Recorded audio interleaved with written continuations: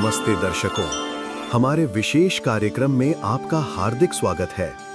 आज हम आपको एक ऐसी दिव्य यात्रा पर ले चलेंगे जहां हम जानेंगे श्रीमद् भगवद गीता अध्याय 1 अर्जुन विषाद योग श्लोक 11 से 20। ओम। ये केवल श्रीमद् भगवद गीता नहीं बल्कि स्वयं परम सत्ता की लीलाएं हैं जो हमें जीवन के गहरे रहस्यों और धर्म के सिद्धांतों से परिचित कराती हैं।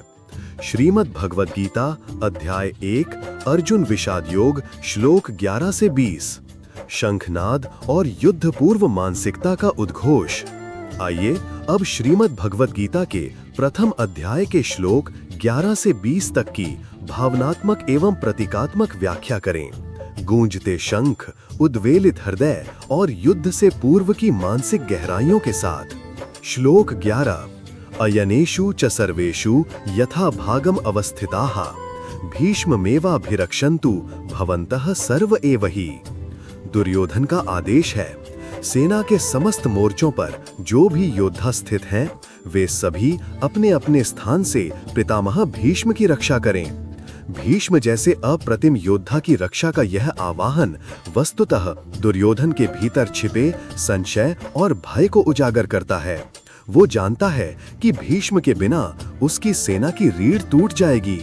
यह आदेश किसी रणनीति से अधिक उसकी असुरक्षा की पुकार है। श्लोक 12। तस्य संजनयन् हर्षं कुरु वृद्धः पितामहः सिंहनादं विनद्योच्चैः शंखं दद्मौ प्रतापवान। तब कुरु वंश के वृद्ध और तेजस्वी पितामह भीष्म ने सिंह की गर्जना करते हुए ऊंचे स्वर में अपना शंख बजाया। यह शंखनाद केवल ध्वनि नहीं, ये था धर्म और अधर्म के बीच महायुद्ध का उद्घोष। भीष्म के शंख से युद्ध का आरंभिक स्वर फूटा।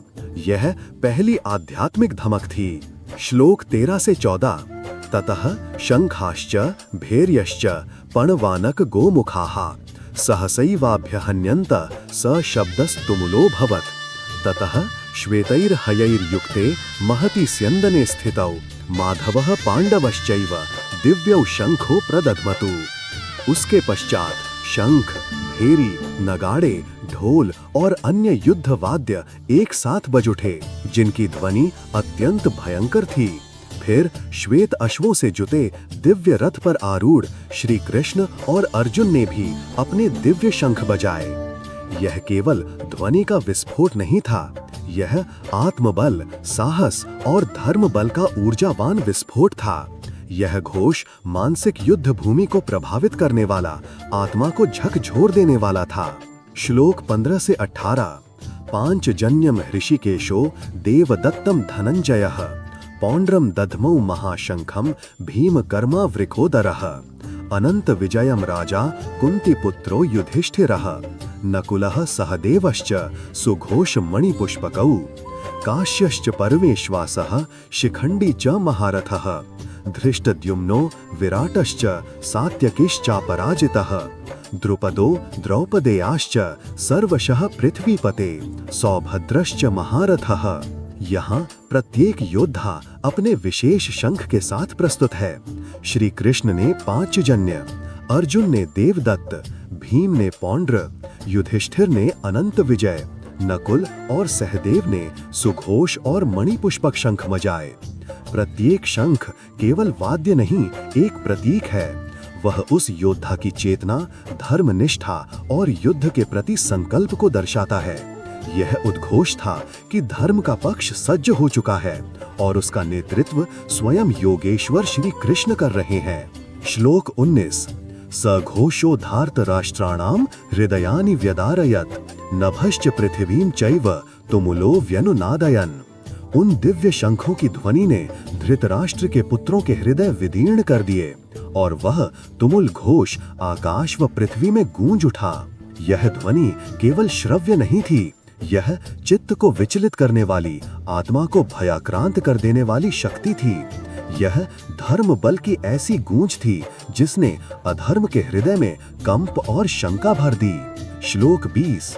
अथ व्यवस्थितान् दृष्ट्वा धार्तराष्ट्रान् कपिध्वजः प्रवृत्ते शस्त्र संपाते धनुरुद्यम्य पांडवः ऋषिकेशम तदा वाक्यम इदमाह महीपते। जब कपिध्वज अर्जुन ने कौरवों की सेना को युद्ध के लिए सज्ज देखा तो उन्होंने अपना धनुष उठाया और श्री कृष्ण से यह वचन कहा। अब युद्ध के प्रारंभ की मानसिकता पूर्ण हो चुकी है, किंतु इसके ठीक बाद अर्जुन के अंतःकरण में जो महान द्वंद्व उत्पन्न होगा, वहीं से श्रीमद् भगवद गीता का असली दर्शन प्रकट होता है। निष्कर्ष, इन श्लोकों में केवल सैन्य सज्जा का चित्रण नहीं है, बल्कि ये मानसिक युद्ध भूमि की स्थापना है। ये शंखनाद आत्मबल और धर्म बल का संकेत है। ये उद्घोष है कि ये युद्ध केवल राज्य के लिए नहीं, बल्कि मानवता के विवेक और अधर्म के प्रतिरोध के लिए लड़ा जाएगा।